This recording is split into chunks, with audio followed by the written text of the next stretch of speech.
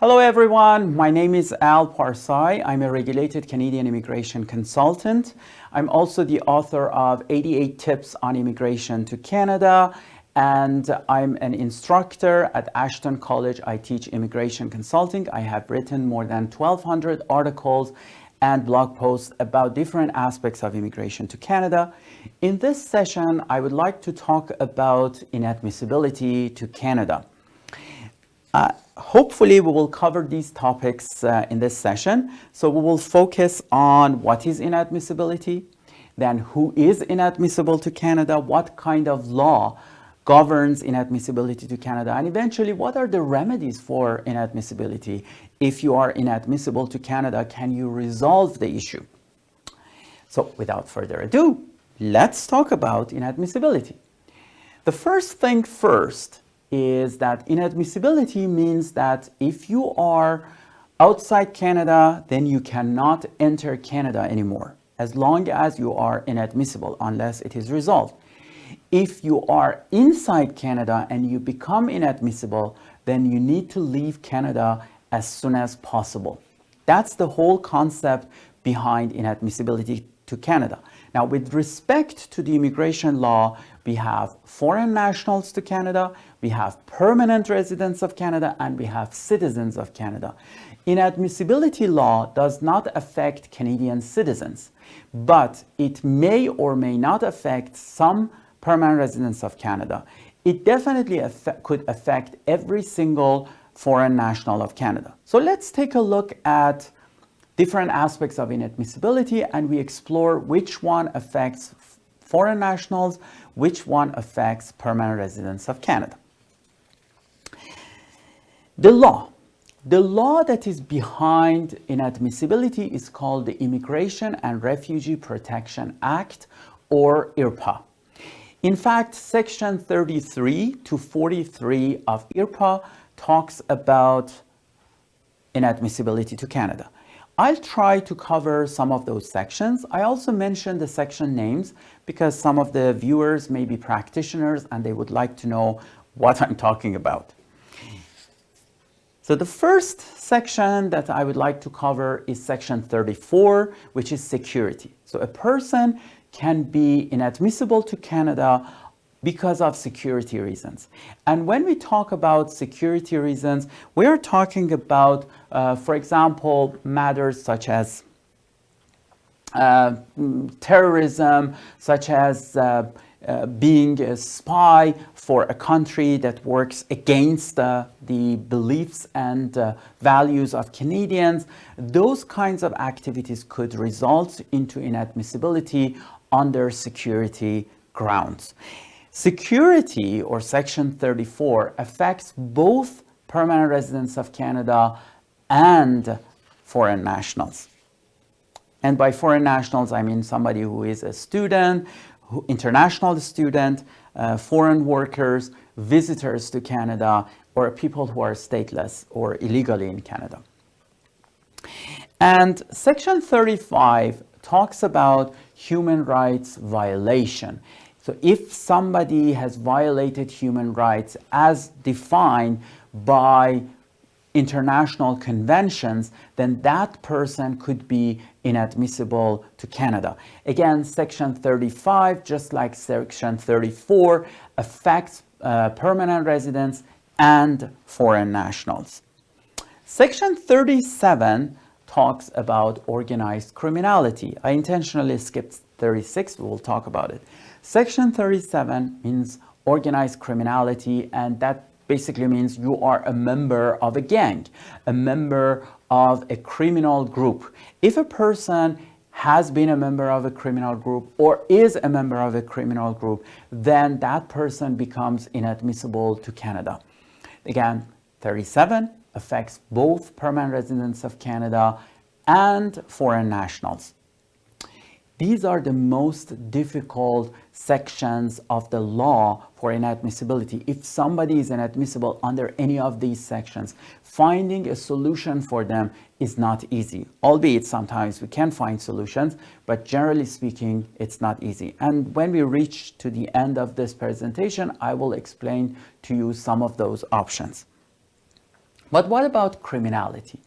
So if you look at Section 36 of the Act, it divides criminality into two groups: serious criminality and criminality.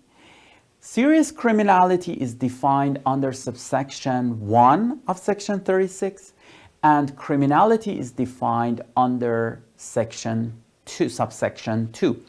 Let's first talk about serious criminality. When we talk about serious criminality, we need to see whether the criminal offense occurred inside Canada or outside Canada. If it occurred inside Canada, then both the duration of incarceration or penalty is important, and also the maximum penalty that is defined by the law. If somebody is convicted by an offense inside Canada and the maximum penalty for that offense is at least 10 years, then that person is inadmissible to Canada because of serious criminality. On the other hand, if somebody has committed an offense and they put him in jail for at least 6 months, then that person also becomes inadmissible to Canada under serious criminality. So either or. So the maximum penalty is at least 10 years, or the actual prison time is more than 6 months. Any of those could result into serious criminality. And what usually happens is that the person is imprisoned, and then when their prison time is over, they immediately deport them from Canada. That's for offenses inside Canada.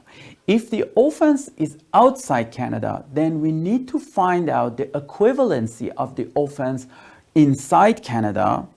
And then if that offense inside Canada is indictable and the maximum penalty for that is at least 10 years, then that person becomes inadmissible to Canada. The actual duration of penalty or imprisonment outside Canada is usually or most likely irrelevant, but the equivalency in Canadian law is important. Okay?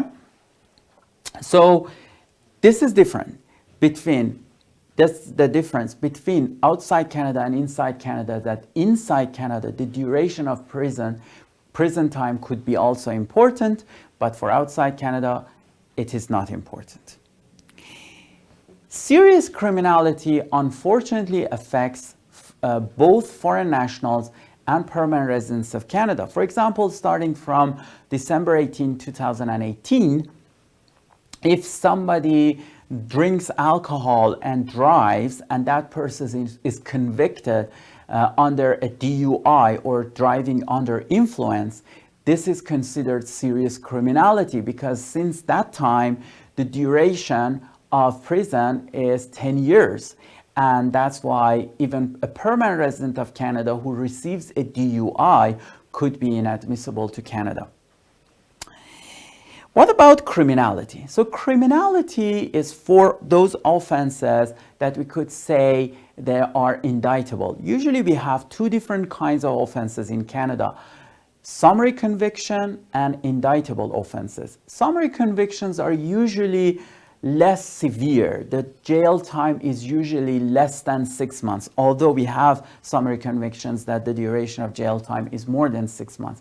But generally speaking, if somebody is convicted with summary conviction, they receive fines, they may serve a few days in prison, those kinds of things. But with indictable, not necessarily, but usually the prison time in the law could be 6 months or more, and also it reflects that this is a more serious kind of crime. So under Section 36 sub 2, if the offense occurs inside Canada and that offense is considered indictable, then this becomes criminality. If it's summary conviction but occurs more than once, so one, for example, in 2015 and one in 2020, then that is considered, again, criminality. So more than one summary convictions, or just one indictable conviction could result into criminality, inadmissibility because of criminality. If the offense is outside Canada, then we need to see the equivalency in Canada and whether it is an indictable offense or not. But generally speaking, criminality only affects foreign nationals. It doesn't affect permanent residents of Canada. And resolving inadmissibility because of criminality is a lot easier than resolving inadmissibility because of serious criminality. Section 38 of the Act talks about health grounds. A person could be inadmissible to Canada because that person negatively affects the safety of Canadians, the security or health of Canadians, and also that person causes excessive demand. So what does that mean? So the first one are about those kinds of problems, health problems that are dangerous to Canadian public. And right now we have untreated syphilis and active case of tuberculosis or pulmonary tuberculosis on the list of those illnesses that make a person inadmissible to Canada. But at the end of the day, the minister could also identify other issues and make a person inadmissible because of those issues. The second group that talks more about the safety of Canadians is reflects those kinds of issues that results into harm to Canadians. For example, certain mental health issues. If somebody is suffering from some psychopathic behavior that could kill other people or harm other people, or if somebody is a pedophile, or if somebody drinks excessively and drives and they have lots of DUIs, and that shows that this person could put people's lives in danger, and certain schizophrenia issues that result into harm to others, then that person could become inadmissible to Canada. This is not about mental health. So many mental health issues like depression, anxiety, those kinds of issues, they never make a person inadmissible to Canada unless they are very severe and cause excessive demand. And excessive demand, of course, means that the person puts too much financial pressure on the healthcare system in Canada, or it causes long wait times for Canadians to receive the health services they want. Luckily, starting from 2018, the government of Canada made some changes to excessive demand. Now, roughly speaking, about 70% of people who used to be inadmissible to Canada because of excessive demand, they are not inadmissible to Canada anymore. Section 39 talks about financial reasons. And this section, by the way, Section 38 only affects foreign nationals, not permanent residents. The same thing is true for Section 39. If somebody wants to immigrate to Canada, they need to show that they are capable or willing to be in Canada financially independent. So if somebody is coming to Canada to abuse our healthcare system, to use our social welfare system, that person could become inadmissible to Canada. You have to be very careful about this. Section 40 talks about misrepresentation. When somebody files an application to immigrate to Canada, that person needs to be truthful and needs to present all necessary documents that are related to the decision making of the officer. So if somebody hides critical information, or as the government calls it, material fact from the officer, those kinds of pieces of information that affect the decision making of the officer, then that person has misrepresented. The other option would be that somebody falsifies documents or forges documents or presents documents that they are not real. So any kind of meddling with the real documents, that could also result into misrepresentation. Misrepresentation creates inadmissibility to Canada for 60 months. So in other words, if somebody is inadmissible because they misrepresented, they become inadmissible to Canada for a period of 60 months. And then after the 60 months, they may apply for immigration again.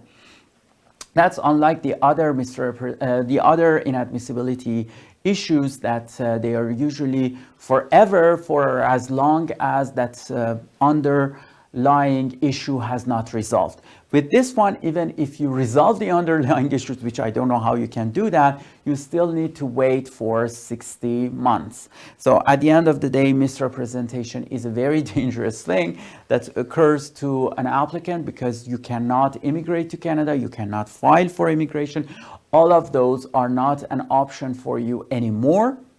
But after 60 months, you can apply again. Okay? Section 41 talks about non-compliance with the Immigration Act. This section, I can give you some examples, that's better. It could apply to many things, but two examples would be somebody who is here in Canada and is working without proper work permit. So if somebody is not allowed to work or not allowed to work for a certain employer, and that person starts working in Canada, then that's non-compliance, and that person, if caught by CBSA, becomes inadmissible to Canada. The other example would be a permanent resident of Canada who doesn't comply with the residency obligations. If that person tries to enter Canada and they realize this permanent resident does not meet the requirements of the Act anymore, then that permanent resident immediately becomes inadmissible to Canada. In these two examples, of course, if these two cases, they leave Canada and then they apply for coming back to Canada with another kind of application, they might allow them to enter Canada, and the inadmissibility will be resolved. So that inadmissibility would be a very temporary inadmissibility. Section 42 is one of those sections that we don't really like to hear about, but if a family are applying for immigration to Canada and one of the family members is inadmissible to Canada, the rest of family members become also inadmissible to Canada.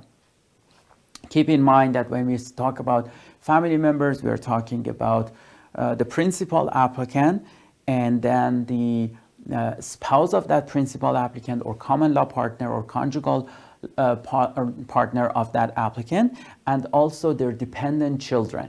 And these are the children who are not married and they are under the age of 22, or under certain circumstances, despite being over 22, they are dependent children. So one inadmissibility by a family member could affect the immigration of the rest of family members, at least under that specific application. Okay, we're done with the definition of who is inadmissible to Canada. Now the question is that what are the remedies for inadmissibility? And those remedies are also defined under IRPA, or Immigration Refugee Protection Act, and also Immigration Refugee Protection Regulations, and some internal guidelines by the immigration authorities. Obviously, the first one is prevention. Try to prevent from being inadmissible to Canada. So if you are suffering from an acute disease, try to resolve that issue first and submit your application. Or do not lie on your files, or make sure that first you try to apply for, let's say, for a pardon and resolving your criminality issues, apply for acquittal, and then apply for immigration. In other words, you can apply for immigration to Canada after you resolve all the problems that could potentially result into your inadmissibility to Canada. But this is not always an option. What should we do then? Okay, first, what if the immigration officer made a mistake and you are not in fact inadmissible to Canada? So that was their mistaken understanding of the situation, your application. In those situations, we have the court system. Under certain circumstances, we can file with the Immigration Refugee Board of Canada to resolve that, or we could file with Federal Court of Canada for judicial review. And then based on the judicial review application, if you win the case, if you win the IRB case, then the problem is resolved and voila, you're not inadmissible to Canada. Another option would be, if now we are talking about situations that actually you have lost your court cases or the officer is right and you are inadmissible to Canada. In those situations, there are certain options. One of the options is called humanitarian and compassionate grounds, which is you can make an application under Section 25 of the Act. And this is mostly useful for people who are already inside Canada. But unfortunately, it does not apply to Section 34, 35, or 37 of the Act. In other words, if the inadmissibility is because of security, because of human rights violations, or because of organized criminality, HNC is not an option. You cannot apply under HNC. But for other options, for other situations, you might be able to apply for HNC. And the success rate under HNC is not very high. And that's why you need to be very careful and make sure that you have a strong case for application. The other option is called rehabilitation. And this option is available for inadmissibility under Section 36. If somebody is inadmissible because of criminality or serious criminality, then depending on the duration of from the day that they submit their application to the day that they completed their sentencing and everything. So they look at that, and under certain circumstances, they may submit application for rehabilitation. In most cases, that means at least 5 years has passed from the day that you completed your sentence, paid your fines and everything. Then you may apply for rehabilitation to the immigration authorities. It's a relatively difficult process, but if they are convinced that your application makes sense, they consider the person rehabilitated, and by receiving a positive response on rehabilitation, the inadmissibility is completely resolved, and that person can apply for any kind of immigration or visa to Canada. It doesn't guarantee approval of those applications, but at least that person is not inadmissible. Under certain circumstances, for less severe criminality, inadmissibilities to Canada under Section 36(2), if a long time has passed from the time that the person was inadmissible, we could consider that person deemed rehabilitated. It means that you don't even need to submit an application. You just mentioned that criminality occurred 20 years ago, and since then I didn't commit anything, and I'm not inadmissible to Canada anymore. For deemed rehabilitation applications, in most cases, the case needs to be only criminality issues, and at least 10 years has passed. Now we have some exceptional situations as well. And then we also have the option of record suspension for inside Canada cases, that if you receive record suspension or acquittal inside Canada, then you are not inadmissible to Canada.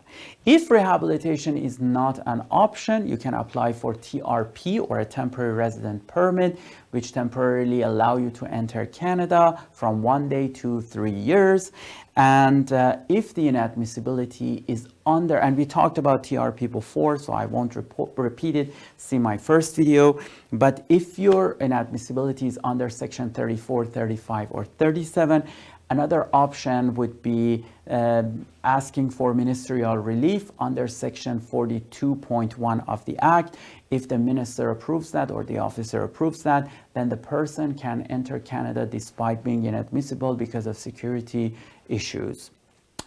And that concludes my video about inadmissibility. I hope you enjoyed it.